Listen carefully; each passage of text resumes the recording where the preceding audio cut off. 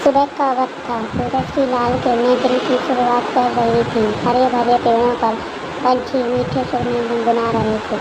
ऐसे निसर्गरम्य वातावरण में सरस्वती अनाथ आश्रम छोटे बच्चों की सेवा कर रहा था। कभी कभार शायद माँ का प्यार भी कम पड़ जाए, लेकिन इस आश्रम में बच्चों को मिलने वाले प्यार में कभी कमी नहीं आती थी। सूरज की कोमल धूप में मात्र 15 से 16 साल की टीम सूरज को एकटक निहार रही थी। तभी उतने में उसे एक ख्याल आया।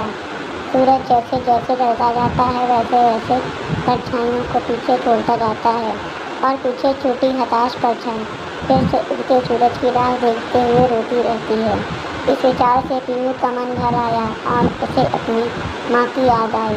तभी वह अपने मन ही मन में बोलने लगी, माँ तुझे याद नहीं कि मेरे पापा मुझे छोड़कर कब भगवान के पास चले गए। पर तुम्हें मुझे कहती थी ना कि बेटा तू 1 साल की थी तब तेरे पापा को कैंसर की बीमारी थी। इस वजह से तेरे पापा भगवान के घर चले गए। लेकिन तकदीर की लड़ाई में मैंने हार नहीं मानी। पीयू बेटा, मुझे तेरे साथ यह कठिन दुख की लड़ाई जीतनी है, इसलिए मैं तेरी परछाईपन तेरे लिए जो हो सके वह करूँगी।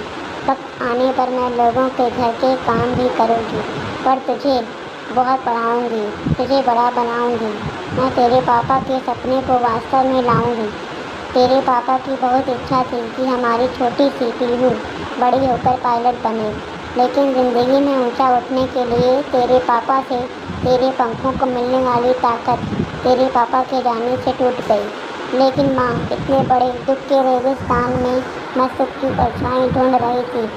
मेरे इन पंखों को बल देती माँ। लेकिन क्यों माँ, क्यों मेरे पंखों को बल देने से पहले मुझे क्यों छोड़कर चली गई? पापा की तो पितृ छाया मुझे न मिल सकी, पर तू तो मेरी परछाई बनकर जी रही थी। फिर क्यों तू भी मुझे छोड़कर चली गई? लेकिन तेरे जाने से मैं तेरी ममता से जुड़ी रही, तेरे प्यार की परछाई ढूंढते हुए दुख के रेगिस्तान में अकेली रही। अब मेरे पापा के सपनों को साकार करने के लिए कौन मुझे ताकत देगा? बोलना माँ। पीहू मन ही मन बोल रही थी।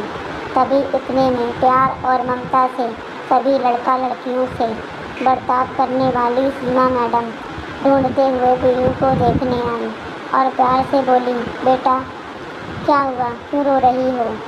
तभी पीहू अपने आंसू पोंछते हुए बोली, मैडम मुझे अपनी माँ की बहुत याद आ रही है। तभी सीमा मैडम ने पीहू को अपने सीने से लगाया। वह बोली, देखो पीहू बेटा, ऐसे नहीं रोते। मुझे पता था तुम्हारी माँ तुम्हारे लिए प्यार और ममता की परछाई थी, लेकिन उसे भी भगवान ने ले लिया। पीहू, जिंदगी और मौत किसी के बस में नहीं होती है। पीहू सीमा मैडम के तरफ देखते हुए बोली, मैडम भगवान भी कितने कठोर दिल के होते हैं। जब मैं छोटी थी तब मेरे पापा कैंसर की बीमारी से चले गए और अभी कोरोना के काल मेरी माँ की बेस्ट फ्रेंड रमा आंटी एक दिन के लिए हमारे घर आई। तभी माँ को कोरोना हो गया और मेरी माँ गुजर गई। वह मुझे छोड़कर चली गई।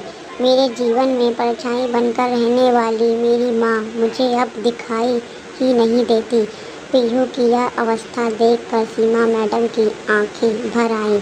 फिर भी सीमा मैडम पीहू को दुख भरे स्वर में बोली, यह देखो पीहू बेटा, जिस टाइम तेरे गांव के सरपंच तुम्हें इस आश्रम में लाया तब उन्होंने तुम्हारी ज़िंदगी की सब कर्म कहानी बताई थी।